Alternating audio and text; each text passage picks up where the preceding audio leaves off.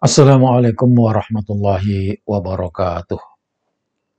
Bismillahirrahmanirrahim. Alhamdulillahirabbil alamin. Allahumma sholli ala sayyidina Muhammad wa ala alihi wa sahbihi ajma'in. Amma ba'd. Salam takdim, salam hormat untuk saudara-saudariku dimanapun berada. Doa saya untuk saudara-saudari dan kita semuanya.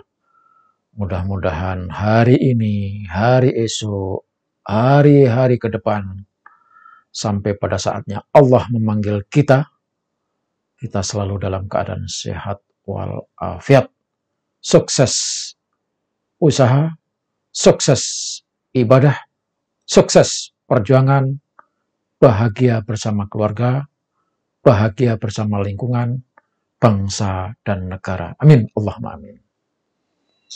Saudara-saudara sekalian yang saya hormati, kita sudah cukup lama membicarakan soal Habib-Habib yang ada di Indonesia. Kita tidak sedang berbicara kepada Habib, karena Habib itu termasuk orang yang tidak bisa diberitahu dan tidak bisa dinasihati. Kita abaikan. Tetapi yang terpenting edukasi, informasi tentang kerungkatan para Habib yang ada di Indonesia ini tetap kita sampaikan kepada saudara-saudara kita yang belum menjadi muhibbin, yang belum menjadi budak para Habib. Para Habib ternyata hidup nikmat, indah, dan nyaman, apalagi belakangan ini mereka berada di bawah naungan pengurus besar Nahdlatul Ulama. Karena itu, saudara sekalian, kita kritik pengurus besar Nahdlatul Ulama. Ternyata hidupnya PBNU itu ada dalam bayangan para Habib.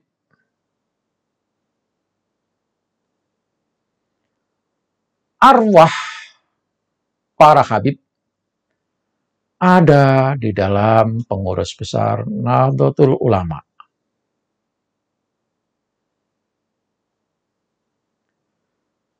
Buktinya dalam susunan pengurus besar NU periode 2022 sampai 2027. Tertuang dalam SK nomor 01 garis miring A titik 2 Romawi titik 04 garis miring 01 garis miring 2022 tanggal 11 Januari 2022.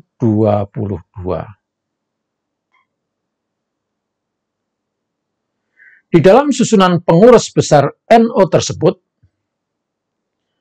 ada 9 Habib yang sangat besar cengkramannya.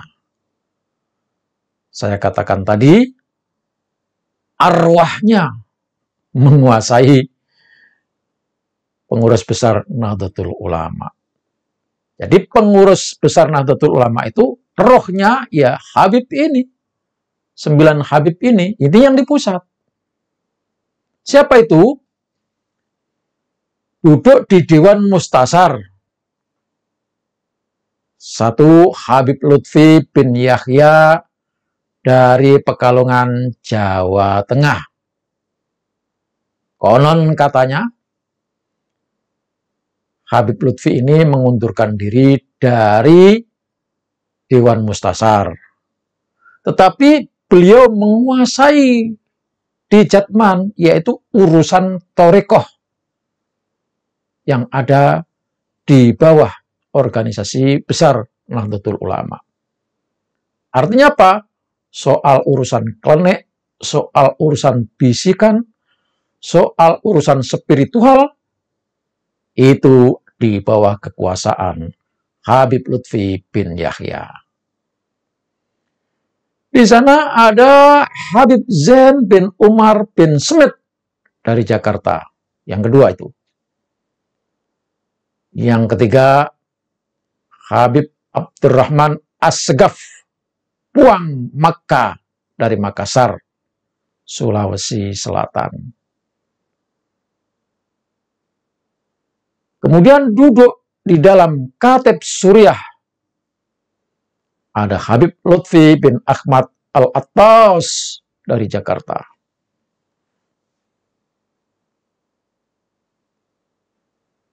Dalam Akwan Suriah PBNU, Habib yang kelima, Habib Syekh bin Abdul Qadir Assegaf dari Surakarta atau Solo. 6. Habib Ahmad Al-Habsyi dari Pasuruan, Jawa Timur. 7. Habib Muhsin Al-Idrus dari Palu, Sulawesi Tengah.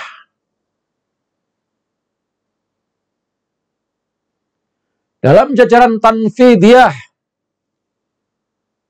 yang ke-8, Habib Sayyid Muhammad Hilal Al-Aidid dari Yogyakarta sebagai wakil ketua umum. 9. Habib Abdul Qadir bin Akil dari Jakarta sebagai wakil sekretaris jenderal. Jadi saudara sekalian, kenapa PBNU diam saja soal ulah negatif yang muncul dari oknum para Habib itu? PBNU sudah di bawah cengkraman para Habib. Seperti saya katakan tadi, jasadnya PBNU yang kemarin ada Rois Amnya ngomong, kemudian ketua bidang keagamaan ngomong, kemudian juga wakil ketua ngomong, semuanya membela Ba'alawi tanpa dasar, padahal fakta dan data sudah terpampang di depan matanya. Dan Habib-Habib yang saya sebutkan ada 9 tadi, sangat nyata dan jelas jejak dan perannya. Ada Habib yang ngurusi soal klenik, soal kuburan palsu, soal mimpi, soal spiritual, soal pemantapan rohani, dan itu adalah Habib Lutfi bin Yahya yang diberikan kepercayaan untuk mengacak-ngacak jatman persatuan atau perkumpulan Thariqah Muktabarah yang ada di bawah PBNU. Dalam sebuah pernyataan, dia menyatakan semua Thariqah itu asalnya dari Thariqah Ba'alawi. Artinya apa? Dia sudah mengklaim bahwa Ba'alawi perannya luar biasa dan Thariqah pusatnya, sentralnya ada di Ba'alawi. Habib Lutfi tidak hanya itu saja yang dilakukan. Terlalu banyak mencoba mengaburkan sejarah berdirinya NU. Belum lagi pengaburan tokoh-tokoh nasional, tokoh-tokoh pejuang Nusantara, Negara Kesatuan Republik Indonesia. Ada juga Habib yang berperan untuk menarik jamaah dengan nyanyi-nyanyi dan sholawatan. Dan itu diagung-agungkan oleh PBNU karena tidak ada pengendalian. Warga NU tersihir oleh sholawatannya, oleh doktrinnya. Apa katanya? Habib Rizik gurunya NU. Ini adalah pembodohan. Kalau PBNU berguru sama Habib Rizik, tidak masalah. Tapi warga Nahdlatul Ulama akar rumput sama sekali tidak belajar, tidak pernah menjadikan Habib Rizik sebagai gurunya. Dan PBNU diam saja. Nah, itu Habib yang tukang nyanyi, mempengaruhi warga Nahdlatul Ulama melalui nyanyian-nyanyiannya. Sekalipun yang dinyanyikan itu adalah sholawat kepada Rasulullah Shallallahu Alaihi Wasallam. Ada lagi Habib yang duduk di PBNU, mantan ketua Robitoh Alawiyah. Saya ulang lagi. Mantan ketua Robitoh Alawiyah, tidak tahu di bidang apa, itu duduk di dalam kepengurusan besar Nahdlatul Ulama, PBNU. Bagaimana tidak diam orang ketua Robitoh Alawiyah ada di sana? Ya sudah pastilah membela para Habib.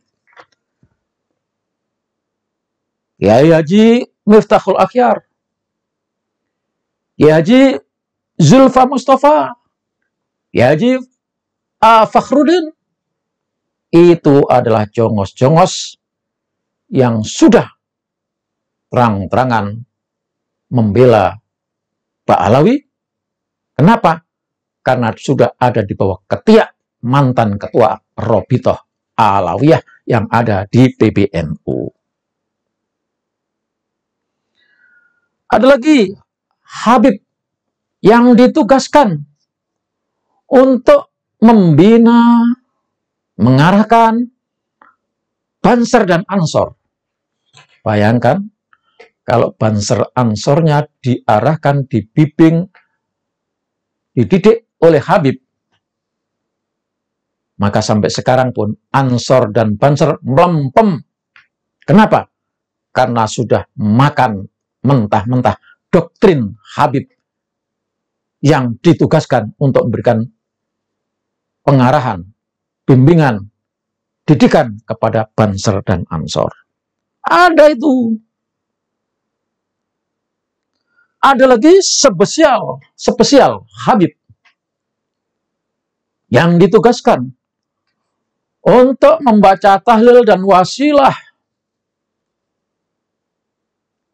Karena itu dalam setiap wasilah, tanpa disadari oleh warga Nahdlatul Ulama, semuanya Habib, kakek-kakeknya masuk ke badan Faqih Al-Muqaddam, disebutkan dalam wasilah itu. Padahal di akar rumput tidak pernah pakai itu. Hanya Syekh Abdul Qadir Al-Jalani. Tetapi saudara, lihat ketika tahlil di Masjid Istiqlal, di mana wasilahnya dibuka, dilakukan oleh seorang Habib, semuanya Habib disebutkan. Tokoh Nahdlatul Ulama hanya sebagai pemantas saja. Wali-wali yang lain tidak disebutkan. Tetapi Faqih Muqaddam dan anak keturunannya disebut dalam wasilah tahlil itu. Ini sangat nyata dan sangat nampak. Ada lagi Habib yang diberikan tugas dan berperan, ya, untuk mengurus thariqat ya tadi. Ada juga Habib yang dikasih wewenang sebebas-bebasnya menyebarkan dan mengajarkan kitab-kitab khurafat, cerita-cerita palsu, halusinasi, dan itu diajarkan, disampaikan kepada santri-santri yang ada di pondok pesantren. Ada lagi Habib yang tukang ngarang cerita, membesar-besarkan tarim, bahkan menyatakan Pasuruan itu adalah tarimnya Yaman. Itulah saudara-saudara sekalian. Jadi begitu banyaknya Habib, terutama ada 9 Habib yang menjadi rohnya pengurus Nahdlatul Ulama tadi, maka fisiknya memang PBNU, pribumi, tetapi rohnya adalah para Habib. Maka kepada saudara-saudaraku, mari kita tetap akar rumput tetap menjalankan aktivitasnya. Dalam soal yang begini-begini, tidak usah ngikut PBNU, biarlah PBNU hanya ngurusi administrasi saja, ngurusi proyek-proyek saja. Kita tetap menjalankan amaliyah Jam'iyah Nahdlatul Ulama, tidak terbawa oleh apa yang dilakukan oleh PBNU. Semoga ini menjadi kritik buat pengurus besar Nahdlatul Ulama, menjadi pelajaran bagi PWNU dan PCNU, ranting NU di seluruh Indonesia. Wassalamualaikum warahmatullahi wabarakatuh.